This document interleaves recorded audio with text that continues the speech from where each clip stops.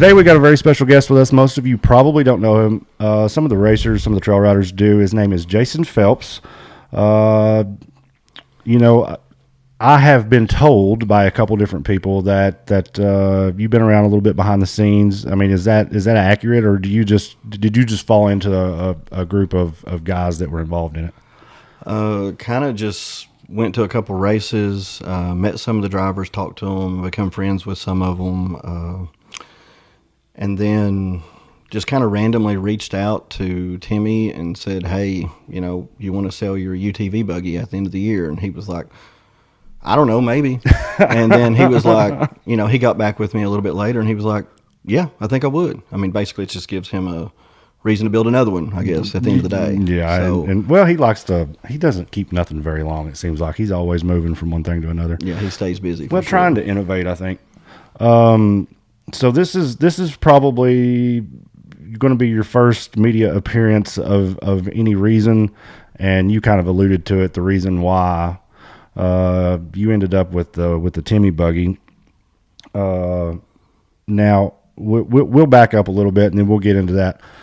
Where are you from? You local to Timmy? Is that how you got to know him, or you around here? No, I live in Somerset, self-employed. Now, see, that is actually I knew that answer to that. So I found out about you back probably last fall. Mm-hmm. Of course, after we had talked, you told me you'd been down here, but I'm horrible with names and faces. I see so many people. Yeah. But I'd seen some. I think it was a Brandon buggy, tube chassis, Razor. I'd seen it on Marketplace, and I seen that it was in the next county over, and I'm like, who in the hell up there has got Brandon's buggy? And then I seen some more pictures, and then somebody else come in here, and they're like, hey, there's like 2 or 3 up there. And I'm like, well, who is the guy? And nobody down here knew. Right. Nobody I talked to knew. So it was kind of a big mystery. Yeah. Like, how do we have a neighbor that has all this stuff that we have no idea who he is? So, that was kind of, I don't know. That was probably all in our heads, but it seemed like it was a big mystery. So what you said you're self-employed, as most people in this sport are. I've noticed most people are either construction workers or real estate or something, because the average person, it's so hard to take off work. Never mind the expense. That's a whole nother, we'll talk about that another day.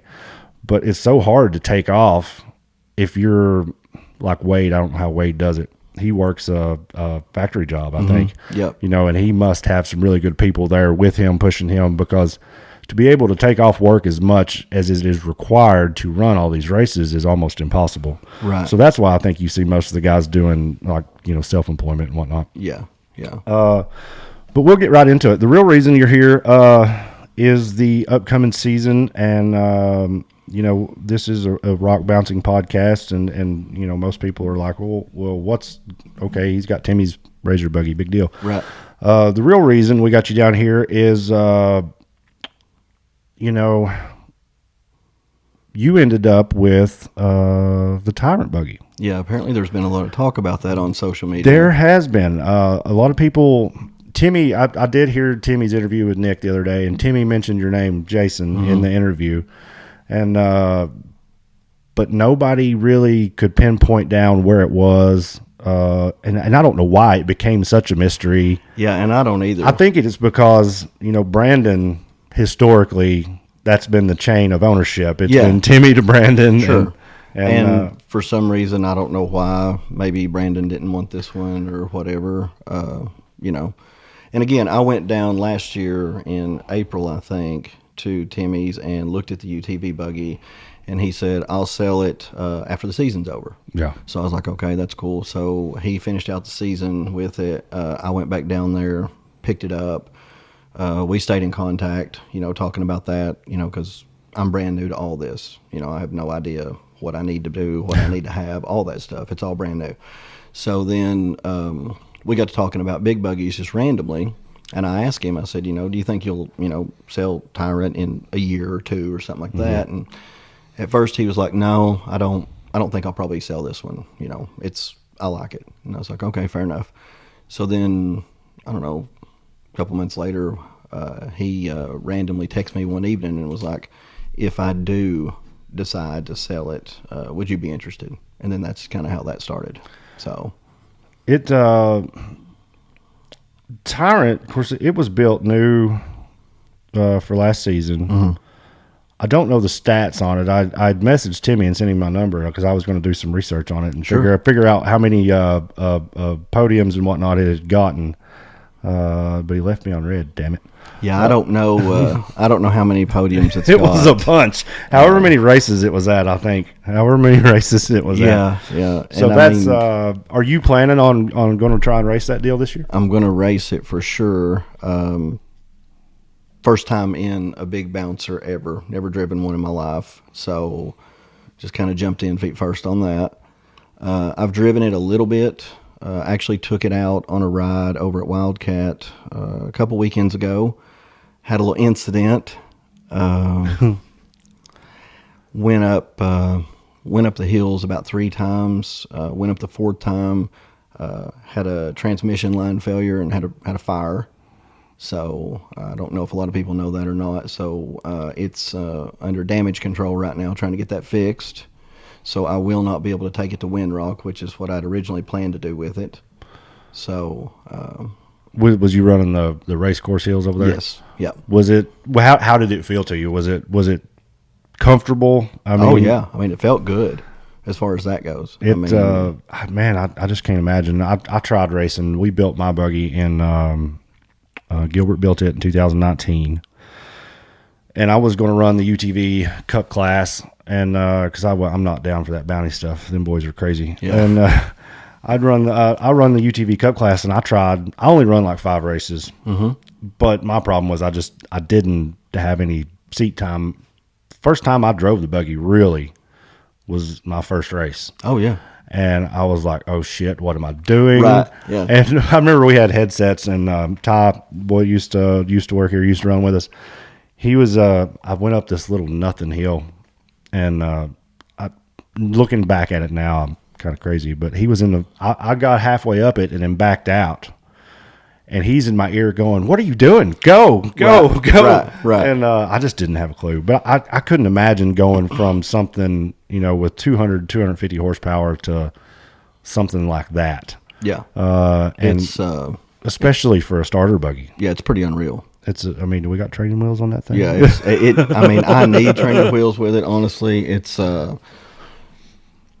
I can't imagine something built like that with tires that big that is that fast. Like, it doesn't make any sense. No, like, it shouldn't be possible. It doesn't me either. And now that I have driven it at home a little bit and over there, like, the guys that do this week in and week out, I mean, they don't get enough credit for what they do. Yeah, I was really – now, Wade's a wheel man, and 100%. He come in raced full-time last year, and him and Timmy had a epic battle throughout the year. But he got that buggy the fall before, and he got in it just like you've been doing it his whole life. Yeah, and I mean, he drives it. I mean, it looks effortlessly to watch him do it. Yeah, I mean, it really does. The talent that some of these guys have is unreal.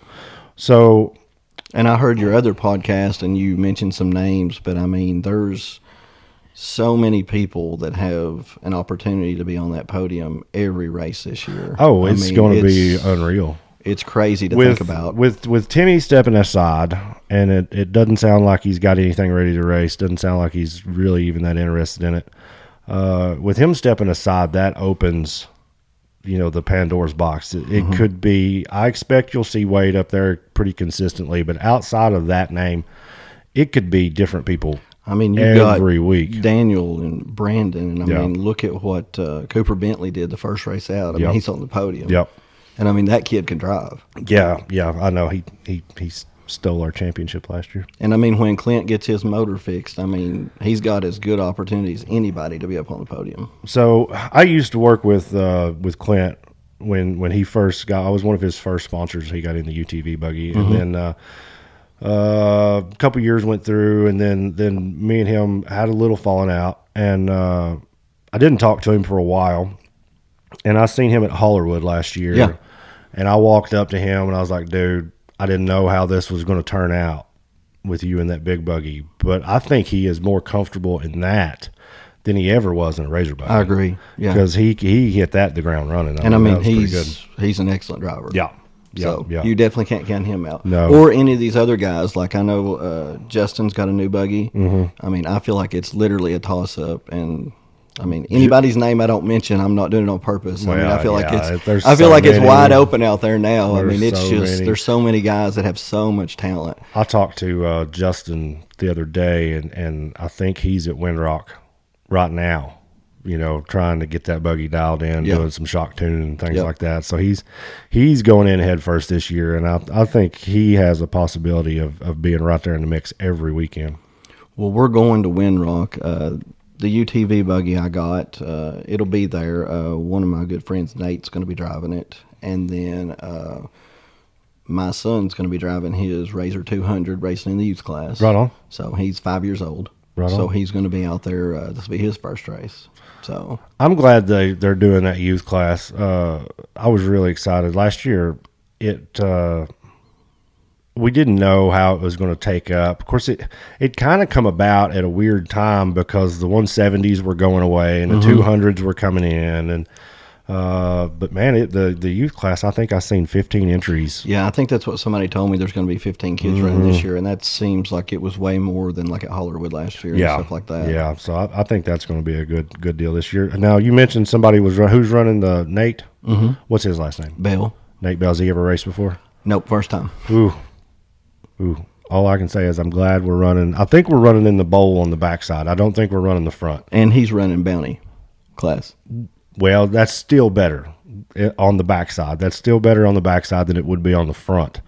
Now, if my first race in 19 was actually supposed to be Windrock, and my buggy didn't get done, and we were walking around the morning of the race, and I was looking up at the hills, and I was like, you know what?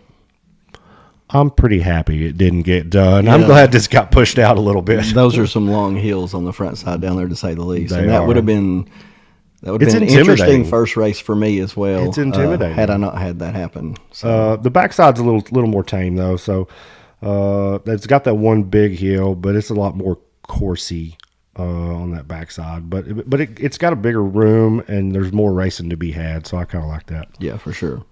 So as far as Tyrant goes, is everything pretty much the same as from when Timmy had it?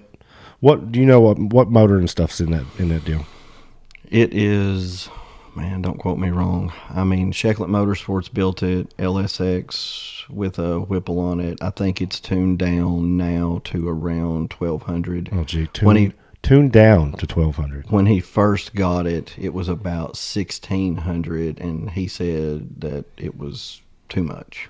I could imagine that at some point, you're just blowing the tires off. Yeah, I mean, I think that was it. You just couldn't control it. Whatever direction it was pointed, that's the way it went. Yeah. So, I mean, I probably need it tuned down another 600 at least from that.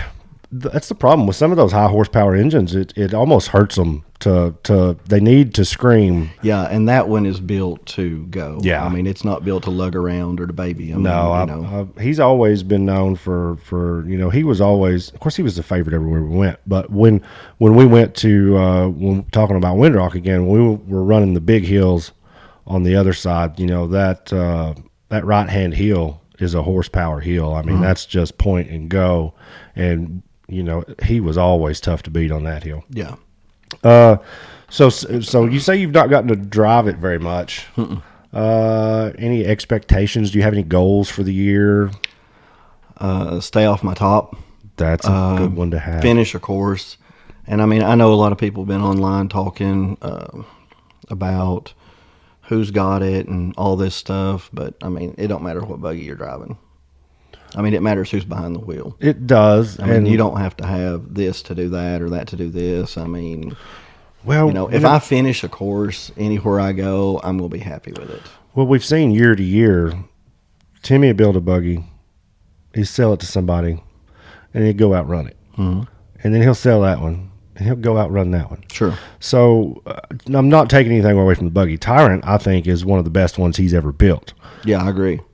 But that man could drive anything, so I don't it's hard to actually put the buggy on a pedestal until a couple people have. Yeah, and that's what I'm getting at Yeah. exactly. Just because I bought it doesn't mean I'll ever see a podium this year. Well, And I mean, honestly, I don't expect to because I've got very little seat time in it. I just want to go. I'm just looking for the experience. I think it's going to be a lot of fun. I feel like I'm going to learn a lot this year. Yeah. And, if I can go and have a good time doing it, I mean, I'll be happy. Yeah, and I think that's important as to set expectations and realistic goals, because we got in our we went points racing last year. It's the first full season we've run, and we went points racing, and man, it sucks. It sucks, having to make decisions based on hey, we're so many points here. What do we do? Do we play it safe, or do we go do this? Or and so just going in and just enjoying yourself and just having fun, I think is very, very, very important. And that's what I'm getting at. Like those guys that are out there every weekend that go to every race, or they race all the National Rock Race, they race all the Outlaws. I mean, they don't get the credit they deserve. No, that is so much more than anybody can understand to put on your plate. Well, it's